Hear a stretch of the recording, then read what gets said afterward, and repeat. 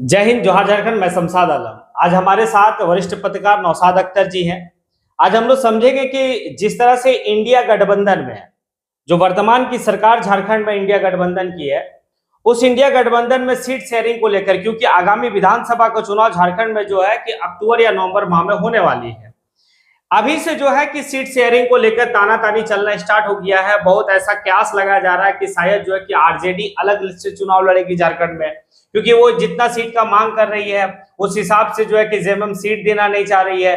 तो इसको लेकर जो है कि बहुत ऐसा सीट है विधानसभा का जिस पे खींचातानी की बात चल रही है। चलिए चलते और डायरेक्ट समझते नौशाद अख्तर जी से कि क्या लगता है कि आने वाला आगामी विधानसभा जो चुनाव है 2024 का झारखंड में, क्या इसमें जो है कि इंडिया गठबंधन जो जेएमएम, कांग्रेस और आरजेडी मिलकर जो चुनाव लड़ती है, तो क्या इस बार जो है, क्योंकि एक इतिहास भी ये देखा गया है कि जेएमएम जब भी सत्ता में रही है, वो उस वक्त में जब भी वो सत्ता में रही है, हमेशा जो है सत्ता के बाद कोई चुनाव होता है उनका, तो वो अकेला लड़ती है। ये इतिहास जेएमएम का देखा गया है। तो क्या लग रहा है आपको आने वाले विधानसभा चुनाव में जो है कि अलग अलग से कांग्रेस अलग लड़ेगी, जेएमएम अलग से चुनाव लड़ेगी, आरजेडी अलग से चुनाव लड़ेगी, या फिर दोनों सबको मिलकर साथ में चुनाव लड़ेगी? देखिए, अगर एकला चलो की नीति पर चुनाव अगर लड़ती तो 2024 आपको नजर आता है कि सभी पार्टियों में मतभेद दिखाई पड़ रहा है। हाँ, कुछ बातों पर मतभेद है, लेकिन उससे पहले कहना चाहेंगे कि 3 महीने के भीतर, यानी अब झारखंड में आचार संहिता को 90 दिन बाकी है। अब झारखंड में आचार संहिता लग जाएंगे। ऐसे में सभी दल अपने अपने तरीके से तैयारी करना शुरू कर दिया। बीजेपी अपनी तरीके से तैयारी करना शुरू कर दिया है। उनके कई नेता, केंद्र के नेता, कल ही अमित शाह भी आ रहे हैं और 26 तारीख से झारखंड में मानसून सत्र भी है। तो ऐसे में अब राजनीति, झारखंड की राजनीति में गर्माहट आपको नजर आएगी। लेकिन आपने सवाल किया कि क्या जेएमएम, कांग्रेस, आरजेडी, ये तीनों पार्टियां जिस तरह से अभी सरकार में शामिल है, क्या चुनाव के समय ये शामिल रहेगी? निश्चित तौर पे ये गठबंधन विधानसभा के चुनाव में भी आपको देखने को मिल सकता है। लेकिन कुछ चीजों पर जिसे लोग कयास लगा रहे हैं कि कहीं ना कहीं दोस्ताना संघर्ष भी आपको देखने को मिल सकता है, क्योंकि लोकसभा चुनाव में दोस्ताना संघर्ष देखने को नहीं मिला, लेकिन विधानसभा में स्वरूप ये नजर आ सकता है। क्योंकि बीजेपी, माफ कीजिएगा, आरजेडी कह रही है कि हम 22 सीट पर चुनाव लड़ेंगे। जेएमएम कह रही है कि हम 37 सीट पर चुनाव लड़ेंगे। उधर कांग्रेस कह रही है कि वो भी 23 सीट पर चुनाव लड़ेगी। तो फिर लेफ्ट कहाँ जाएगी? क्योंकि लेफ्ट भी हिस्सा है। सीपीआई के 26 तारीख को केंद्रीय कमेटी की बैठक है, और अगर केंद्रीय कमेटी की बैठक में बात तय होती है, अगर महागठबंधन में अगर शामिल रहते तो उनको भी सीट चाहिए, नहीं होता है तो सीपीआई अलग लड़ेगी। तो लेफ्ट पार्टियां भी महागठबंधन के हिस्सा, चुनाव में लोकसभा में रही तो विधानसभा में चाहे कि वो लोग महागठबंधन के हिस्सा रहे। बड़ा पेच नजर आ रहा है, आपको समझना होगा। झारखंड की राजनीति में अब समझने वाली राजनीति, यहाँ पे लोगों को समझना होगा कि किस तरह से झारखंड की राजनीति हो रही। क्योंकि आपने हाल ही में देखा कि हेमंत सोरेन जेल से निकलते हैं, उनको न्याय मिलता है और सीधे वो मुख्यमंत्री बनते हैं, शपथ लेते हैं, नई सरकार का गठन होता है जिसमें 2 नए 3 नए चेहरे मंत्रिमंडल में शामिल होते, विधायक दल का नेता भी चुने जाते। जब ऐसे में विधायक दल का नेता चुन लिया गया तो झारखंड की जनता को समझ लेना चाहिए। तो कहीं ना कहीं इंडिकेट कर रहे हैं कि अब जेएमएम झारखंड में बड़े भाई की भूमिका में है, और जेएमएम जिस तरह से अगले बार चुनाव लड़ी है उसी भूमिका में आने वाला समय भी चुनाव लड़ेगी। जब लोकसभा में भी नौशाद जी, लोकसभा में भी अगर देखा जाए तो जेएमएम का सीट कांग्रेस का अपेक्षा ज्यादा रहा है ना, क्या कि पांच सीट जो है कि ये लोग तो 2 सीट कांग्रेस और 3 सीट जो है कि जेएमएम के पास से खाते में गया है। और वहां भी अगर सीट शेयरिंग का देखें तो बेहतर रहा जेएमएम का।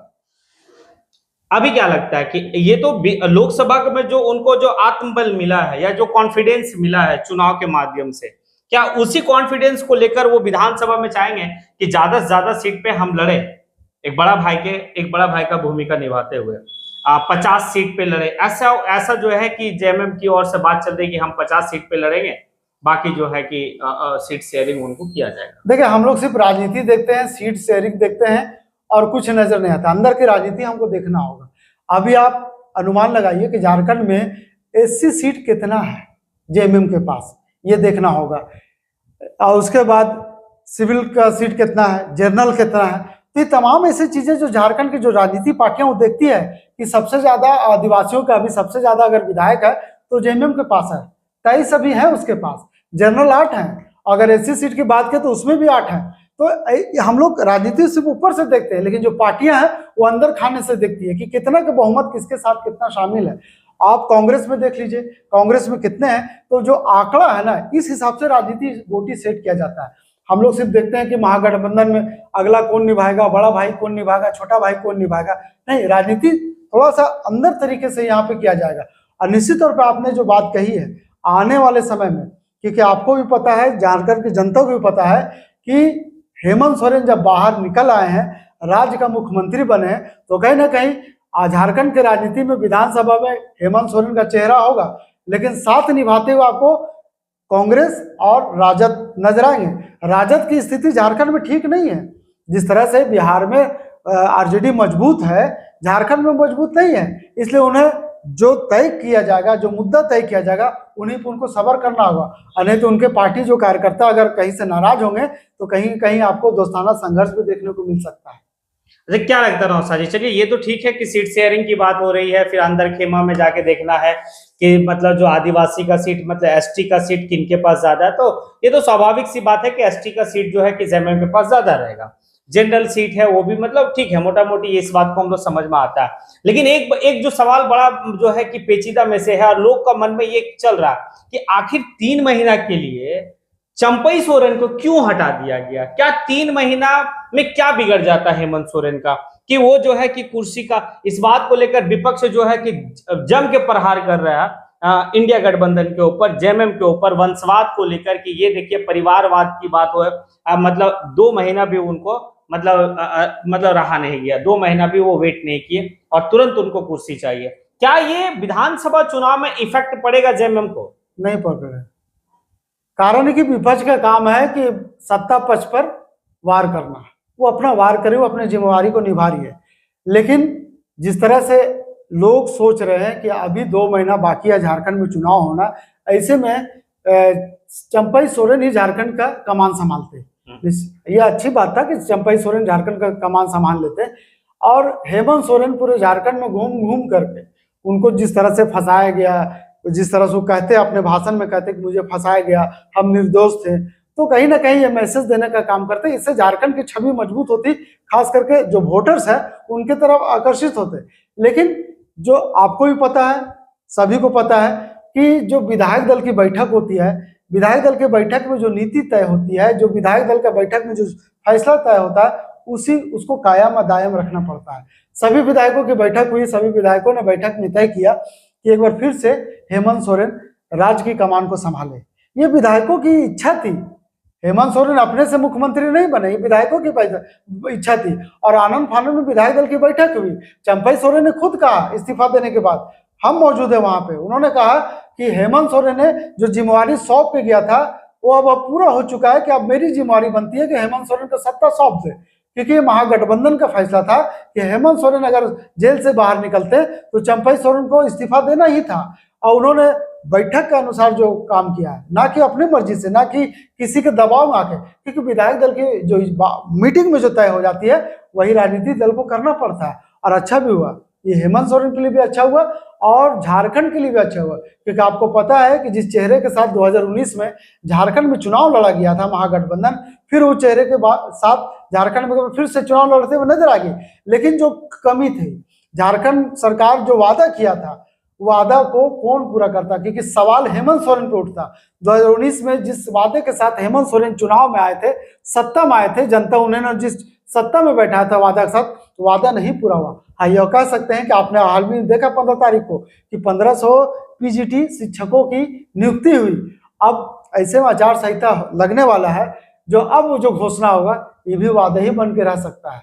लेकिन कहीं ना कहीं कह सकते हैं कि बहुत जल्द ये 3 महीना झारखंड के युवाओं के लिए रोजगार का महीना होगा। ये 3 महीना झारखंड के युवाओं के लिए नियुक्तियों का महीना हो सकता है, क्योंकि सरकार खुद घोषणा की है। अब कई बहालियां भी निकलेंगी, लेकिन सरकार को जो वादा किया है उस वादा पर अमली जमा पहनाना भी होगा, नहीं तो आने वाले समय में जनता जवाब दे देगी। चलिए, ये बहुत बड़ी बात है कि नौशाद अख्तर साहब कहें कि कोई इफेक्ट नहीं पड़ेगा, वो विपक्ष का जो है कि प्रहार करना काम है। अगर चंपई सोरेन जो है कि मुख्यमंत्री के पद से इस्तीफा दिए और फिर से जो है कि मुख्यमंत्री हेमंत सोरेन बने हैं, तो ये मजबूती और देगी इंडिया गठबंधन को, ना कि कमजोरी। और एक सवाल जो एक बात को और कहे कि हो सकता है कि ये 2 से 3 महीने के दरमियान में जो है कि युवाओं के लिए रोजगार का बहुत अवसर मिल सकता है, लेकिन हमें नहीं लगता है कि कुछ बेहतर हो सकता है। अब क्योंकि मानसून सत्र में देखा जाएगा कि क्या होता है। मानसून सत्र की खबर आपको मैं जरूर दूंगा। फिर से मैं नौशाद अख्तर के साथ बैठूंगा और मानसून सत्र में क्या चलेगा विधानसभा के पटल पे, क्या क्या बातें होगी, सारी बात जो है कि हम लोग मानसून सत्र के दरमियान में रखेंगे। अब आप लोगों को क्या लगता है, कैसा लगा हमारा और इनके बीच का वीडियो? आप लोग अपना कमेंट में जरूर आए और कमेंट अपना अपना राय दें। चलिए इसी के साथ मैं अपनी बात को यहीं पे समेटता हूं। जय हिंद।